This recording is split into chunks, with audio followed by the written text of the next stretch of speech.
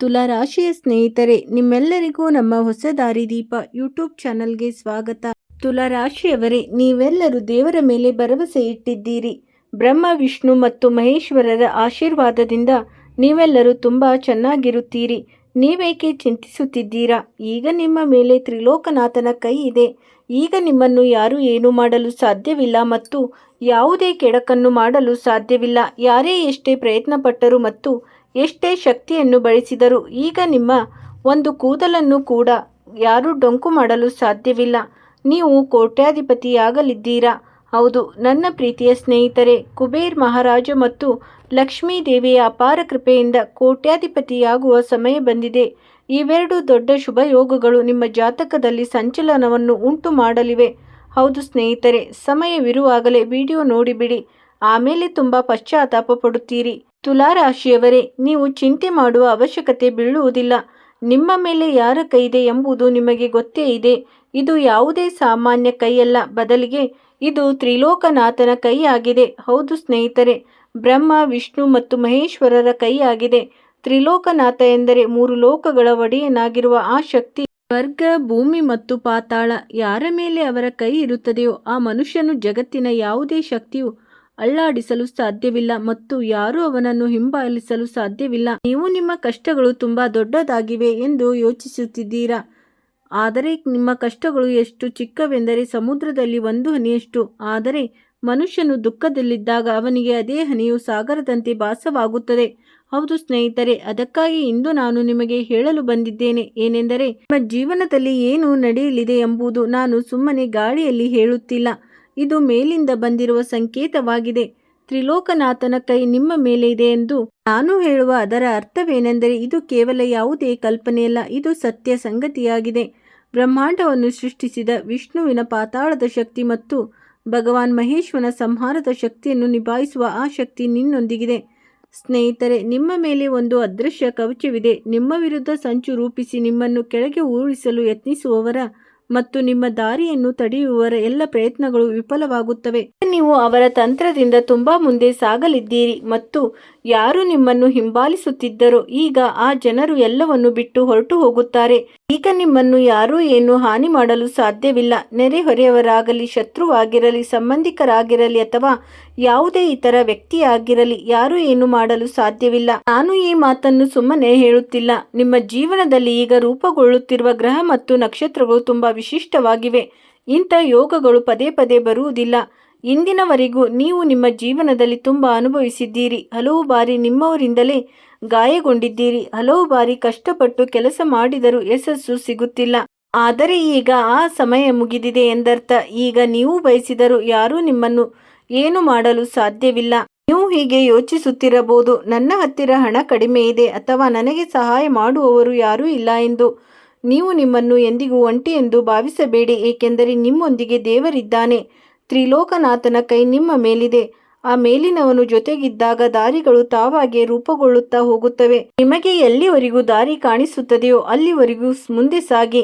ದಾರಿಯನ್ನು ನಿಮಗೆ ಸ್ವಂತ ದೇವರೇ ತೋರಿಸಲಿದ್ದಾರೆ. ಹೌದು ಸ್ನೇಹಿತರೆ, ಯಾರು ನಿಮ್ಮನ್ನು ಕೀಳಾಗಿ ಕಾಣುತ್ತಿದ್ದರೋ ಈಗ ಅವರೇ ನಿಮ್ಮ ಮುಂದೆ ತಲೆಬಾಗುತ್ತಾರೆ. ಈಗ ನೀವು ಅಸಲಿ ವಿಷಯವನ್ನು ಕೇಳಿ. ನೀವು ತುಂಬಾ ಶೀಘ್ರದಲ್ಲೇ ಕೋಟ್ಯಾಧಿಪತಿಯಾಗಲಿದ್ದೀರಿ. ಅದು ಕೂಡ ಅತಿ ಶೀಘ್ರದಲ್ಲೇ. ನಿಮ್ಮ ಜೀವನದಲ್ಲಿ ಹಣದ ಮಳೆ ಸುರಿಯಲಿದೆ. ಇದು ಕೇವಲ ಕನಸಲ್ಲ, ಬದಲಿಗೆ ಇದು ನಿಶ್ಚಿತ ಸತ್ಯ. ನಿಮ್ಮ ಮನೆಗೆ ಆ ಲಕ್ಷ್ಮೀ ದೇವಿಯು ಹೆಜ್ಜೆ ಇಡಲಿದ್ದಾಳೆ.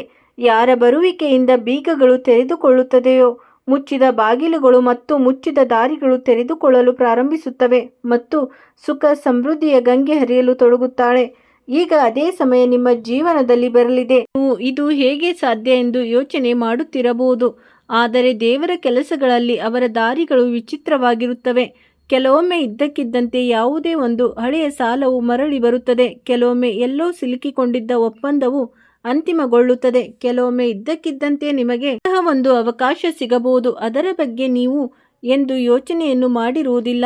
ಈಗ ಆ ಎರಡು ದೊಡ್ಡ ಶುಭಯೋಗಗಳ ವಿಷಯಕ್ಕೆ ಬರೋಣ. ನೀವು ನಿಮ್ಮ ಜೀವನದಲ್ಲಿ ದೊಡ್ಡ ಬದಲಾವಣೆಯನ್ನು ತರಲಿದೆ. ಮೊದಲನೇ ಯೋಗವೆಂದರೆ ಇದ್ದಕ್ಕಿದ್ದಂತೆ ಧನ ಪ್ರಾಪ್ತಿ. ಹೌದು ಸ್ನೇಹಿತರೆ, ಈಗ ಇದ್ದಕ್ಕಿದ್ದಂತೆ ನಿಮ್ಮ ಜೀವನದಲ್ಲಿ ಧನ ಬರಲಿದೆ. ಅದನ್ನು ನೀವು ಎಂದಿಗೂ ಯೋಚನೆ ಸಹ ಮಾಡಿರುವುದಿಲ್ಲ. ಇದು ಲಾಟರಿ ಕೂಡ ಆಗಿರಬಹುದು. ನಿಮ್ಮ ಹಳೆಯ ಭೂಮಿ ಪ್ರಕರಣವು ಯಾವುದೇ ಆಗಿರಲಿ, ಇದು ಯಾವುದೇ ವ್ಯಾಪಾರದ ಒಪ್ಪಂದವಾಗಿರಬಹುದು. ಅದು ನಿಮ್ಮನ್ನು ರಾತ್ರೋರಾತ್ರಿ ಶ್ರೀಮಂತರನ್ನಾಗಿ ಮಾಡುತ್ತದೆ. ಎರಡನೇ ಯೋಗವೆಂದರೆ ಉನ್ನತ ಮಟ್ಟದ ಜನರೊಂದಿಗೆ ಒಡನಾಟ. ನಿಮ್ಮ ಸಂಪರ್ಕವು ಅಂಥ ಜನರೊಂದಿಗೆ ಇರಲಿದೆ. ಅವರ ಬಳಿ ಅಧಿಕಾರ, ಹಣ ಮತ್ತು ಗುರುತು ಮೂರೂ ಇರುತ್ತವೆ.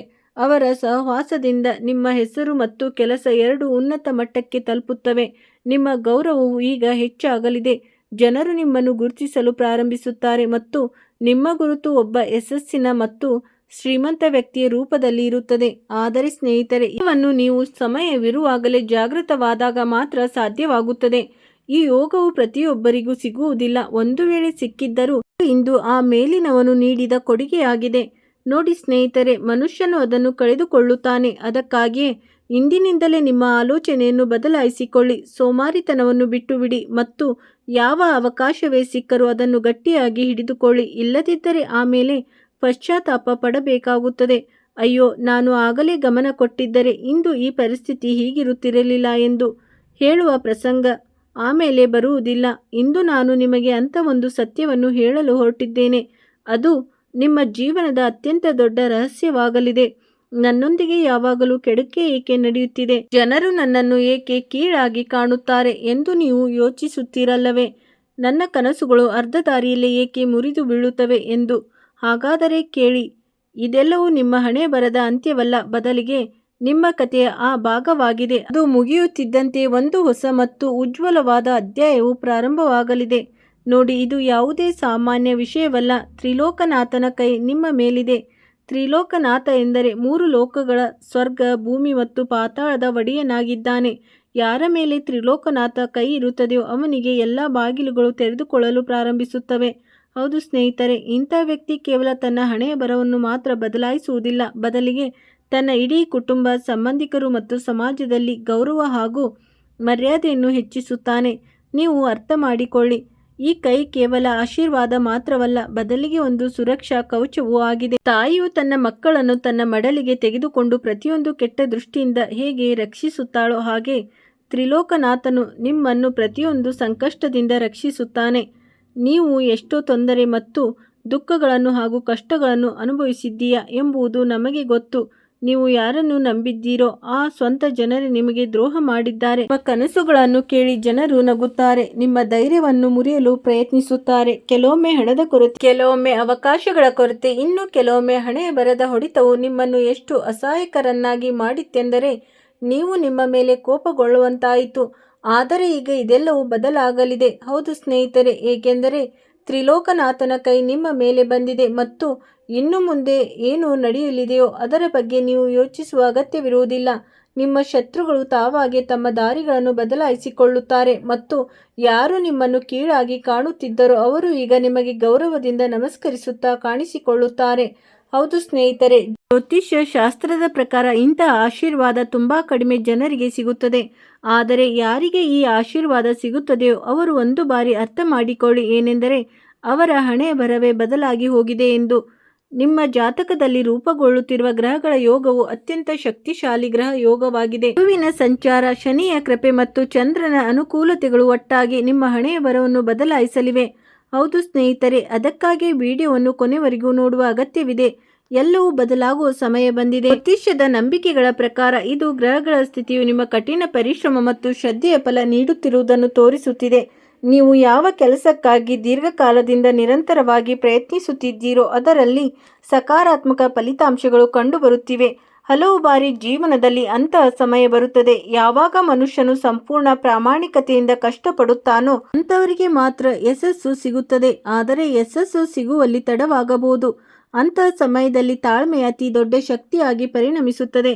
ಇಂದಿನ ದಿನವು ನಿಮ್ಮ ಶ್ರಮ ವ್ಯರ್ಥವಾಗಿಲ್ಲ ಎಂಬ ಸಂದೇಶವನ್ನು ನೀಡುತ್ತಿದೆ. ನಿಮಗೆ ಅದರ ಫಲವು ದುಪ್ಪಟ್ಟಾಗಿ ಸಿಗಲಿದೆ. ಸ್ವಲ್ಪ ತಾಳ್ಮೆಯಿಂದ ಇರಬೇಕಾದ ಅಗತ್ಯವಿದೆ. ಕಳೆದ ಕೆಲವು ದಿನಗಳಿಂದ ಯಾವುದೇ ಕೆಲಸ ಅಪೂರ್ಣವಾಗಿದ್ದರೆ ಇಂದಿನ ದಿನ ಅದನ್ನು ಪೂರೈಸಲು ಒಂದು ಉತ್ತಮ ಅವಕಾಶ ಸಿಗಬಹುದು. ತಮ್ಮ ವೃತ್ತಿ ಜೀವನದ ಬಗ್ಗೆ ಚಿಂತಿತರಾದವರಿಗೆ ಈಗ ನೆಮ್ಮದಿ ಸಿಗುವ ಸಾಧ್ಯತೆಗಳು ಕಾಣುತ್ತಿವೆ. ನಿಮ್ಮಲ್ಲಿ ಆತ್ಮವಿಶ್ವಾಸ ಹೆಚ್ಚಾಗಲಿದೆ ಮತ್ತು ನಿರ್ಧಾರ ತೆಗೆದುಕೊಳ್ಳುವ ಸಾಮರ್ಥ್ಯವು ಮೊದಲಿಗಿಂತ ಹೆಚ್ಚು ಬಲಗೊಳ್ಳಲಿದೆ. ಆದಾಗ್ಯೂ ಯಶಸ್ಸು ಸಿಕ್ಕಿದ ನಂತರ ವಿನಮ್ರರಾಗಿ ಇರುವುದು ನಿಮಗೆ ಲಾಭದಾಯಕವಾಗಿರುತ್ತದೆ. ಏಕೆಂದರೆ ಇದೇ ಗುಣವು ನಿಮ್ಮನ್ನು ಮುಂದಕ್ಕೆ ಮತ್ತು ಉನ್ನತ ಮಟ್ಟಕ್ಕೆ ಕೊಂಡೊಯ್ಯುತ್ತದೆ. ಇನ್ನು ಕೆಲಸದ ವಿಷಯಕ್ಕೆ ಬಂದರೆ ಇಂದು ನೀವು ತುಂಬಾ ಕಾರ್ಯನಿರತರಾಗಿರಬೇಕಾಗಬಹುದು. ಬಹಳಷ್ಟು ಕೆಲಸಗಳ ಕಾರಣದಿಂದಾಗಿ ಹಲವು ಪ್ರಮುಖ ಜವಾಬ್ದಾರಿಗಳು ಒಂದೇ ಬಾರಿಗೆ ನಿಮ್ಮ ಮುಂದೆ ಬರಬಹುದು. ಆರಂಭದಲ್ಲಿ ಇವೆಲ್ಲವೂ ಸ್ವಲ್ಪ ಕಷ್ಟವೆನಿಸಬಹುದು, ಆದರೆ ನೀವು ಸಮಯವನ್ನು ಸರಿಯಾಗಿ ನಿರ್ವಹಿಸಿದರೆ ದಿನದ ಅಂತ್ಯದ ವೇಳೆಗೆ ಬಹುತೇಕ ಕೆಲಸಗಳು ಯಶಸ್ವಿಯಾಗಿ ಪೂರ್ಣಗೊಳ್ಳಲಿವೆ. ಭಗವಾನ್ ಬ್ರಹ್ಮ ವಿಷ್ಣು ಮಹೇಶ್ವರರ ಆಶೀರ್ವಾದದಿಂದ ಹಿರಿಯ ಅಧಿಕಾರಿಗಳ ಸಹಕಾರ ಸಿಗುವ ಸಾಧ್ಯತೆ ಇದೆ. ಹೊಸ ಕ್ಷೇತ್ರದಲ್ಲಿ ಕೆಲಸ ಮಾಡುತ್ತಿರುವವರಿಗೆ ಹೊಸ ಜವಾಬ್ದಾರಿಗಳು ಭವಿಷ್ಯದಲ್ಲಿ ಬಡ್ತಿಯ ಹಾದಿಯನ್ನು ತೆರೆಯಬಹುದು ಮತ್ತು ಸರಕಾರಿ ಕೆಲಸದ ತಯಾರಿ ನಡೆಸುತ್ತಿರುವವರಿಗೆ ಇಂದಿನ ದಿನ ವಿಶೇಷವಾಗಿ ಶ್ರಮ ಮತ್ತು ಏಕಾಗ್ರತೆಯಿದ್ದಾಗಿದೆ. ನಿಮ್ಮ ಮನಸ್ಸು ಓದಿನಿಂದ ಪದೇ ಪದೇ ಬೇರೆಡೆಗೆ ಹರಿಯುತ್ತಿದ್ದರೆ ಇಂದಿನ ದಿನ ನಿಮ್ಮನ್ನು ಶಿಸ್ತಿನಲ್ಲಿಟ್ಟುಕೊಳ್ಳಲು ಪ್ರಯತ್ನಿಸಿ. ಅಜಾಗರೂಕತೆಯು ನಿಮ್ಮ ಕಾರ್ಯತಂತ್ರವನ್ನು ಸ್ವಲ್ಪ ದೂರ ಮಾಡಬಹುದು. ನಿರಂತರ ಅಭ್ಯಾಸವೇ ಯಶಸ್ಸಿನ ಕೀಲಿಕೈ. ಪ್ರಯತ್ನಿಸುತ್ತೀರಿ, ಪರಿಶ್ರಮದ ಫಲ ಖಂಡಿತ ಸಿಗುತ್ತದೆ. ಇಂದು ಮಾಡಿದ ಶ್ರಮವು ಮುಂದಿನ ದಿನಗಳಲ್ಲಿ ಉತ್ತಮ ಫಲಿತಾಂಶ ನೀಡಬಹುದು. ವ್ಯಾಪಾರದಲ್ಲಿ ತೊಡಗಿದ್ದವರು ಇಂದಿನ ದಿನ ಮಿಶ್ರ ಫಲ ನೀಡಲಿದೆ. ಕೌಟುಂಬಿಕ ವ್ಯವಹಾರದಲ್ಲಿ ಸ್ವಲ್ಪ ಆರ್ಥಿಕ ನಷ್ಟವಾಗುವ ಸಾಧ್ಯತೆ ಇದೆ, ಆದರೆ ಇದನ್ನು ನೋಡಿ ಗಾಬರಿಯಾಗುವ ಅಗತ್ಯವಿಲ್ಲ. ಹೌದು ಸ್ನೇಹಿತರೆ, ಕೆಲವೊಮ್ಮೆ ಸಣ್ಣ ನಷ್ಟಗಳು ಭವಿಷ್ಯದಲ್ಲಿ ದೊಡ್ಡ ಲಾಭದ ಹಾದಿಯನ್ನು ಸಿದ್ಧಪಡಿಸುತ್ತವೆ. ನೀವು ತಾಳ್ಮೆಯಿಂದ ಯೋಜನಾಬದ್ಧವಾಗಿ ಮುಂದುವರಿದರೆ ಪರಿಸ್ಥಿತಿಯು ನಿಧಾನವಾಗಿ ನಿಮ್ಮ ಪರವಾಗಿ ಬದಲಾಗುತ್ತಾ ಹೋಗುತ್ತದೆ. ಯಾವುದೇ ದೊಡ್ಡ ಹೂಡಿಕೆ ನಿರ್ಧಾರವನ್ನು ಆಲೋಚಿಸಿ ತೆಗೆದುಕೊಳ್ಳಿ. ಮುಂದಿನ ದಿನಗಳಲ್ಲಿ ಅವಸರದ ನಿರ್ಧಾರಗಳನ್ನು ತಪ್ಪಿಸಿ, ಇದು ನಿಮಗೆ ಒಳ್ಳೆಯದು. ಹಣಕಾಸಿನ ವಿಷಯದಲ್ಲಿ ಇಂದು ಅನಗತ್ಯ ವೆಚ್ಚಗಳ ಮೇಲೆ ನಿಯಂತ್ರಣವಿಟ್ಟುಕೊಳ್ಳುವುದು ನಿಮಗೆ ಲಾಭದಾಯಕವಾಗಿರುತ್ತದೆ. ನೀವು ಈಗಾಗಲೇ ಯಾವುದೋ ಉಳಿತಾಯದ ಯೋಜನೆ ಮಾಡಿದ್ದೀರಿ, ಅದಕ್ಕೆ ಬದ್ಧರಾಗಲು ಪ್ರಯತ್ನಿಸಿ. ಸ್ನೇಹಿತರೆ, ಇಂದಿಗೆ ಇಷ್ಟೇ. ವಿಡಿಯೋ ನೋಡಿದ್ದಕ್ಕಾಗಿ ಧನ್ಯವಾದಗಳು.